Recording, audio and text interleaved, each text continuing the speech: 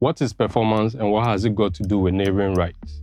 Neighboring rights refers to the performance of sound recording when played in public. This term exists because this right is adjacent to the existing performance right of songs and compositions, which is the underlying copyright of the sound recording. Whenever you hear your favorite song played in public, note that it counts as a performance of both the composition and the sound recording, earning royalties for each. Many countries signed a treaty called the Rome Convention in 1961, which recognized and established rights of performers, producers of sound recordings, and broadcasting organizations. The treaty ensures that performing a sound recording in public requires permission and entails a royalty payment. However, note that the USA did not sign the Rome Convention. That means they do not consider terrestrial radio a medium eligible for royalty payments. The reason for broadcasters is that radio play serves as free publicity for artists, thus exempts them from paying additional royalties. Nonetheless, in 1996, a new treaty called the WPPT, WIPO Performances and Phonographs Treaty, got approved, coming into effect in the year 2002, and the USA did sign this treaty.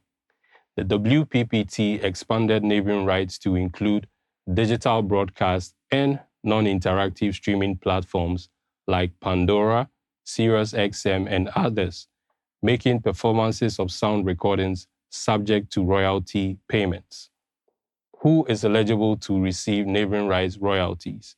Performers, inclusive of artists, producers, session musicians, and owners or record labels, can receive these royalties. They vary across different territories, which is why the Rome Convention is important. To be eligible for neighboring rights royalties, performers and record labels must either be resident of a Rome Convention country or have created the recording in a Rome Convention country. That means if an American artist's song recorded in the United States is played on traditional radio in the UK, they won't receive royalties for that performance, even though the UK terrestrial radio is subject to neighboring right tariffs. However, when an American artist's song gets played on digital radio in the UK, they will receive neighboring rights royalties through reciprocal agreements between the USA and the UK due to the USA signing the WPPT.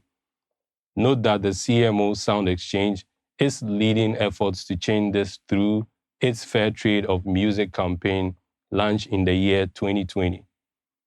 Who has to pay neighboring rights royalties? Neighboring rights royalties are paid by traditional broadcasters, digital radio providers, and places like stadiums, theaters, gyms, and restaurants that use background music. The royalty amount is determined by the tariff rates set by the local copyright boards in each territory. Businesses must obtain a neighboring rights license from their local CMO to legally play recorded music for public consumption.